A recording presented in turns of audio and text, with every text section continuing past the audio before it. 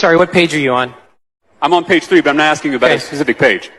When you look at this side-by-side comparison throughout the bill, it reads like a how-to guide in historical whitewashing. Are you aware that this new version of the bill from the Senate removes the writings of Frederick Douglass? I am. Are you aware that this new version of the bill from the Senate removes the writings of Dr. Martin Luther King Jr.? Yes. Are you aware that this new version of the bill from the Senate removes the history of Native Americans?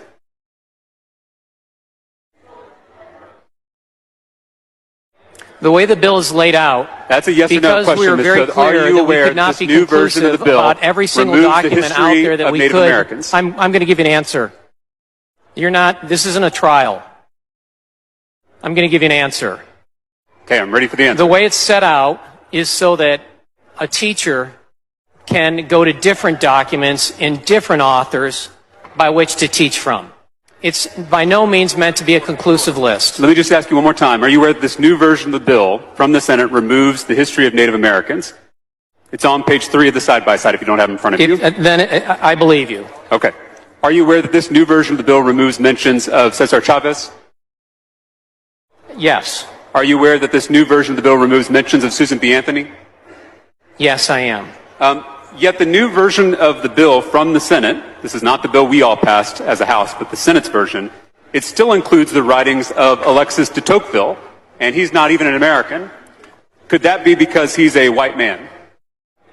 Not exactly. And let me respond something to, you brought up Susan B. Anthony. Are you aware, Representative, that Susan B. Anthony was an abolitionist? Again, I don't have to answer questions about this bill because we're having a discussion here, and there's nothing. There's nothing about me in the rules not being able to ask you a question. From what I can see, were you also aware that she was pro-life? Mr. Choate, I know she fought against both slavery. I know these are hard questions. I really do, but I need you to try to answer them.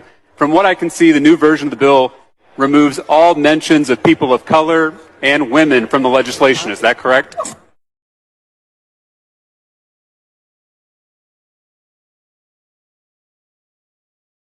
Mr. Toth. Go ahead. I'm sorry. So by my count, the new version from the Senate, again, this is not the bill we passed as the House. This is the bill from the Senate. It removes 9 historical figures of color and 6 female historical figures from the bill, which means that all mentions of people of color or women have been removed from this bill. Is that correct?